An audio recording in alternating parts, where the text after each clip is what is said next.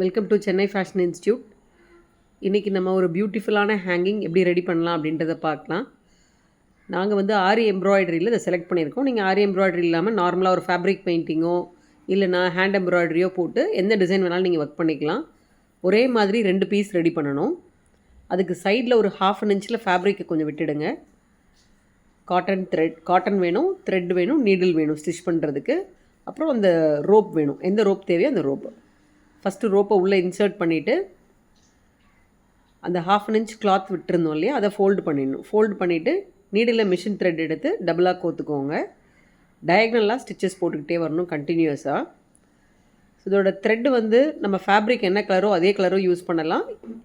இல்லை சீக்வன்ஸ் என்ன கலரில் நம்ம யூஸ் பண்ணுறோம், இது கோல்டா, காப்பர் இல்லை சில்வர், எந்த கலர் நம்ம சீக்வன்ஸ் யூஸ் பண்ணுறோமோ அந்த சீக்வன்ஸ்க்கு மேட்ச் பண்ண கலரும் நம்ம யூஸ் பண்ணிக்கலாம். இதில் ப்ளைனாக நம்ம டயக்னலாக ஸ்டிச்சஸ் போட்டுக்கிட்டே வரோம்.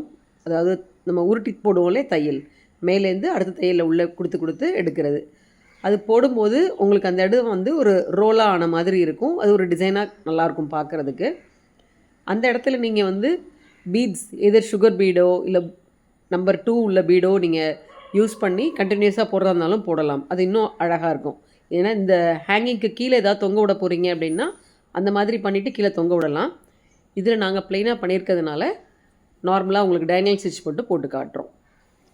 ஸ்டார்டிங் அண்ட் எண்டிங்கில் வந்து ஒரு 1 இன்ச்சுக்கு மட்டும் கேப் விட்டுருங்க. கேப் விட்டுட்டிங்கன்னா தான் அந்த கேப் வழியாக நம்ம வந்து காட்டன் இந்த மாதிரி சின்னதாக பிச்சு உள்ளே இன்சர்ட் பண்ணிடலாம். அதில்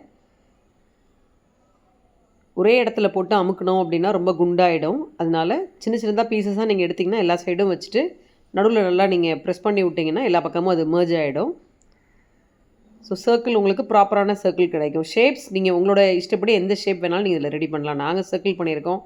ஹெக்ஸாகன், ட்ரையாங்கிள், ஸ்கொயர் இந்த மாதிரி ரெடி பண்ணலாம். நம்ம இது ப்ராப்பராக ஃபினிஷ் பண்ணதுக்கப்புறமா இன்னொருக்கு அதே போல் டயகனல் ஸ்டிச்சஸ் போட்டு அந்த கார்னரை நல்லா நம்ம க்ளோஸ் பண்ணணும். நாட் போடும்போது கொஞ்சம் ஒரு கைக்கு 2 தடவை நாட் போடலாம். ஏன்னா கொஞ்சம் ஸ்ட்ராங்காக இருக்கணும் நீங்கள் போடுறது.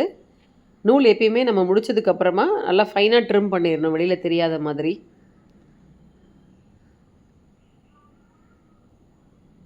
இது எப்படி இருக்குன்னு பார்த்துட்டு கமெண்ட்டில் சொல்லுங்கள். எல்லோரும் ட்ரை பண்ணி பாருங்கள். இதில் ஏதாவது டவுட்ஸ் இருந்ததுன்னா எனக்கு மெசேஜ் பண்ணுங்கள்.